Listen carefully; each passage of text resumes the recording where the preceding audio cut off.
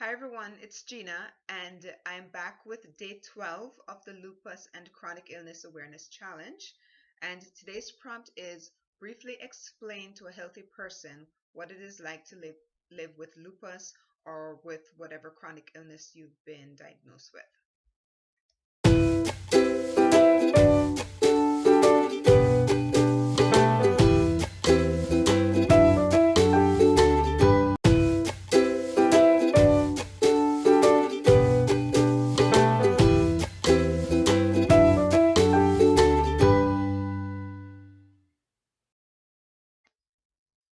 Okay, so briefly explain to a healthy person what it's like to live with chronic illness.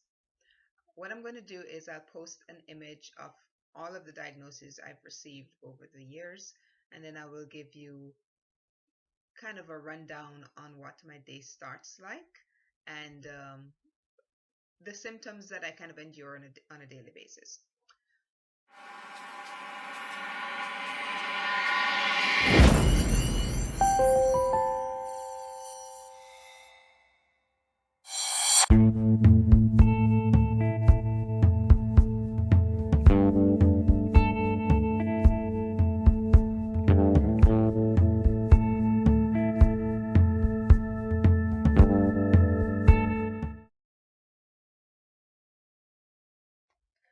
The toughest part of dealing with chronic illness is the unpredictability of the illness in general. You never know from one day to the next what you are going to feel like. You don't know what kind of symptoms you're going to be having on a daily basis. So it's kind of like playing it by ear. The one thing that's predictable, or I should say, the one thing I know that would generally happen or that I can expect on a daily basis is being in pain, some kind of pain, whether it's at a level 1 or maybe it's at a level 9 or 10 or completely unbearable. So that being in pain is kind of a given. So, but yeah, it's just really unpredictable. We never know what I never know what I'm going to feel like on a daily basis. I generally wake up several times a night, but I get up usually between 6:30 and 7.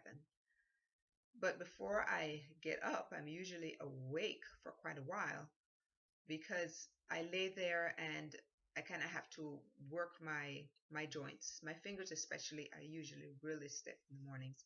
So I kind of have to work the joints to kind of get them loose. My back is typically hurting. Before I can get up, I have to take my blood pressure because I have POTS, so I have to measure my blood pressure laying down. Then I have to measure it as I sit up, and then I have to measure it again as I stand up. And I do that every single day, several times during the day. At night, I have to take my blood pressure standing up, and then again sitting down in bed, and then again lying down. So it's just that's a regular is just checking the blood pressure whenever you have a diagnosis such as POTS.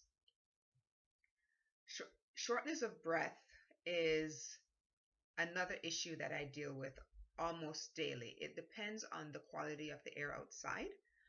So typically, I would have to check a site called pollen.com to see what the air quality is like outside before I even venture outside, before I even open windows, before I open doors. I have to check to see, do I need to wear a surgical mask outside, or is it okay for me to just go out there without any kind of nose or mouth protection? One of the symptoms that I have to deal with daily is dry eyes. And when I wake up first thing in the morning, my eyes are usually really, really sandy, or they feel really sandy.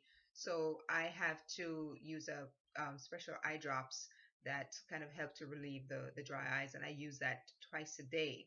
And then I have another eye drops that I use throughout the day. I also never go outside without wearing sunglasses, and if it's really windy, I try not to be out in the wind too much. Also, if it's really hot outside, I have to I'm using the eye drops even more frequently because the sun tends to dry my eyes out. So dry eyes is something I deal with on a daily basis, and I usually first thing in the morning. It's a lot worse than throughout the day. Tachycardia is another symptom that I deal with. I mentioned that I was diagnosed with POTS. My other diagnosis relating to the heart is the inappropriate sinus tachycardia, and I also have atrial fib, which was confirmed just a few days ago. So I have to deal with that on a regular basis, but I have a heart monitor that's implanted in my chest where I'm monitored 24/7 at through my cardiologist as well as the hospital. And I also have to use an event monitor, which is handheld. So if I were to feel an episode, I would take my device and simply hold it over where the implant is, and I would record that, and that would indicate to my cardiologist that I actually felt that. And when I feel an episode, typically my heart is racing, and then it kind of takes my breath away, and I have to do like a deep breath before it kind of levels out again. So I deal with that. I don't have episodes, like 2, 3 episodes a day, but I have them enough to where it has impacted, things that I can do. I can't really exercise anymore because my heart rate tends to go my on a good day my heart rate is probably between 85, 90, 95 beats a minute. Some days it can get down to about 70, but most days it tends to be fairly high. And if I start to do some kind of exercise, it can literally jump from 90 to about 130 in mere seconds. So I'm not able to exercise as I used to. I'm a black belt. Up to 3 months ago, I was seriously training in martial arts, and I haven't been able to train because simply because of the heart rate. So I have to be very, very careful. My cardiologist and I are working to find a good balance using medication to try to get my heart rate to a point where I can become more active like I was in the past. But it's been a challenge. There are times when my heart rate is 170, and it's even been recorded as high as 248 beats a minute. Um, there are times I've come close to cardiac arrest, and like I said, I've got atrial fib now, so I really have to be careful. But I'm looking into different types of exercise to where my heart rate is not, going to be affected by increasing between 30, 40 beats within mere seconds. So tachycardia is another issue that I have to deal with. Because of the POTS, I also deal with dizziness on a regular basis. If I get up too fast, then my blood rushes to my feet, my blood pressure drops, and there's a chance I could pass out.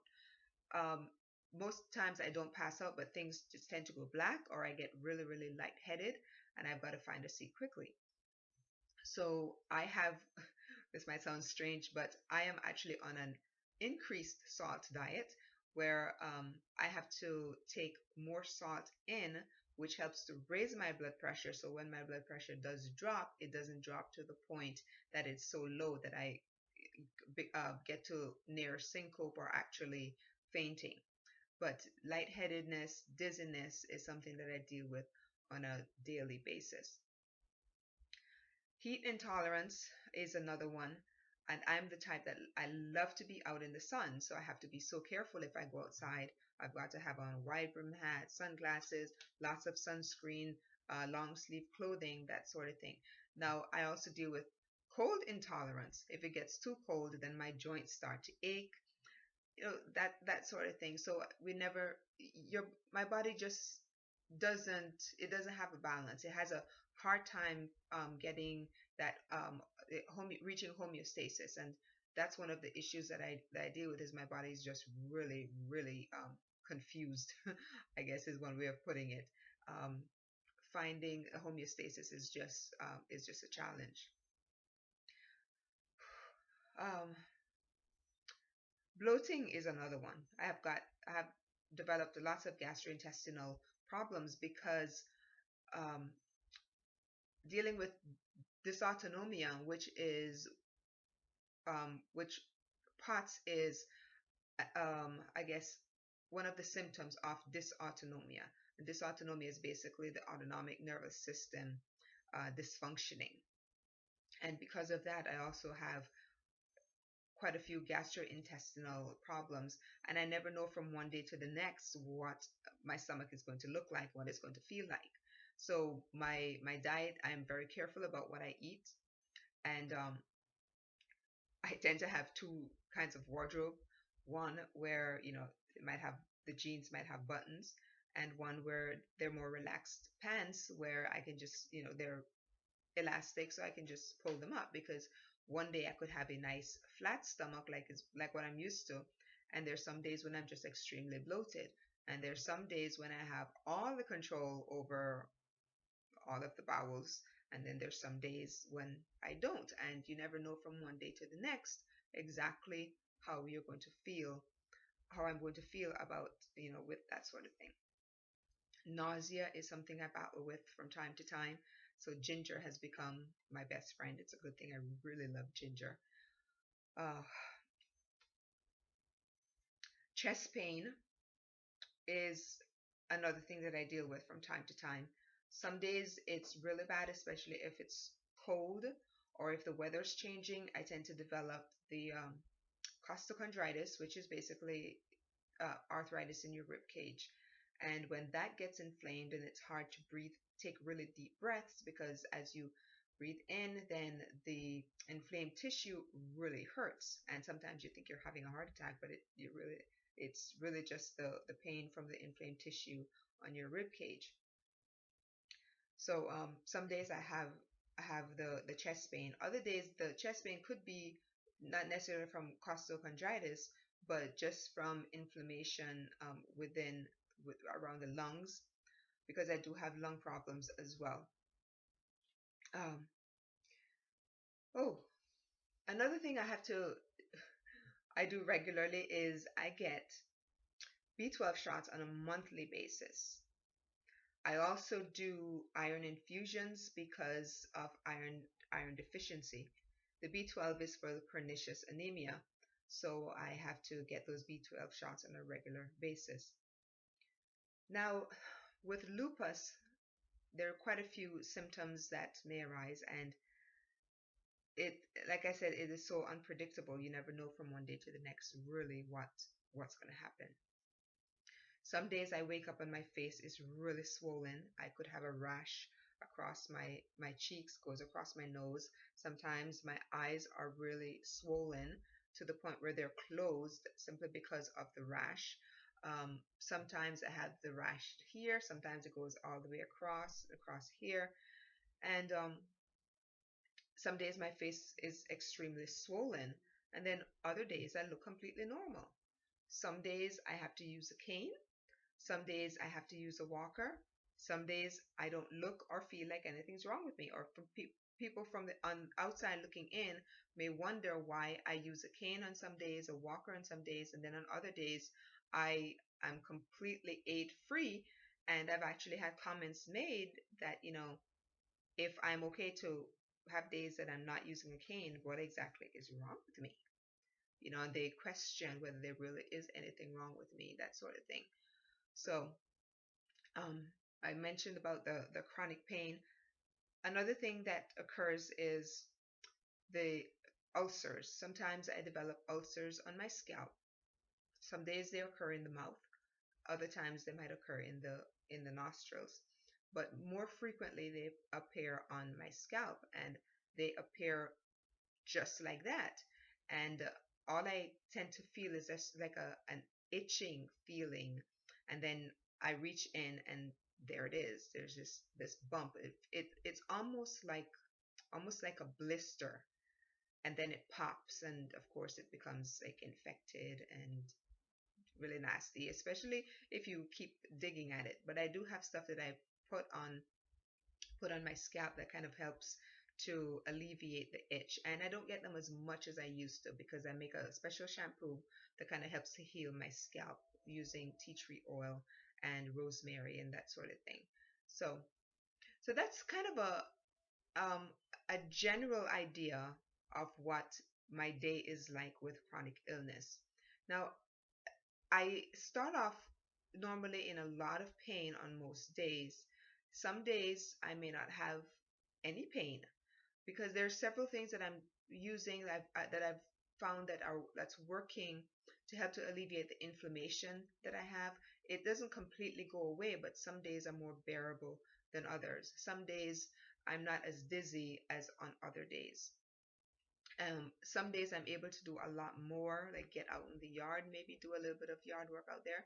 And some days I'm not even able to get up out of my bed. So that, like I said, the unpredictability of the chronic illness is really the hardest part to deal with. You just never know from one day to the next. One of the hardest things that I had to deal with was the change in, like I mentioned, with the bowel movements and the digestive problems. I I ended up having to start purchasing adult underwear and buy the adult diapers. Or It depends. I guess that's the word I'm looking for. And it's because you never know. And I found that out the hard way. You really don't know what's going to happen. Some days I can predict based on how my stomach feels whether I really need to wear one or not. And some days you're just surprised. So you just get to the point where, maybe it's probably a good thing that you just wear one. But chronic illness it's a challenge. It's a daily challenge. It's a balancing act, trying to balance chronic illness with everything that you have to do in life and everything that you want to do in life. But it's a challenge that I am daily learning to overcome because I have no intention of allowing chronic illness to rule my life. And that is a decision that I've made. And so far, I think I'm doing fairly well. Yes, there are challenges. Some days are tougher than others, but for the most part, I think I'm on the journey to where I can live again and live well with chronic illness.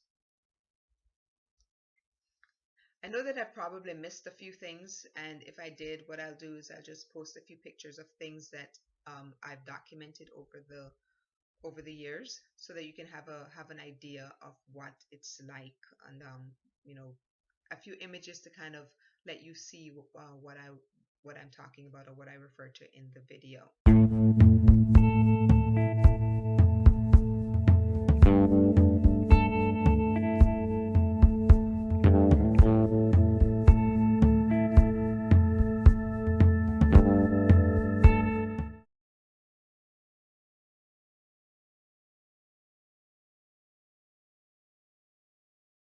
I just want to say thank you for watching this video. Thank you for following me on this journey of the Lupus and Chronic Illness Awareness Challenge. If you'd like to take part, I will post the link that contains the image where you can go ahead and you can start, because it's never too late. It doesn't have to be done now. You can start whenever you want, and you can pick up wherever you want to. Um, so thank you for watching. Thank you for subscribing. If you'd like to follow me on Facebook, you can find my page at Beating Autoimmunity the Natural Way. Thank you again, and I'll see you next time.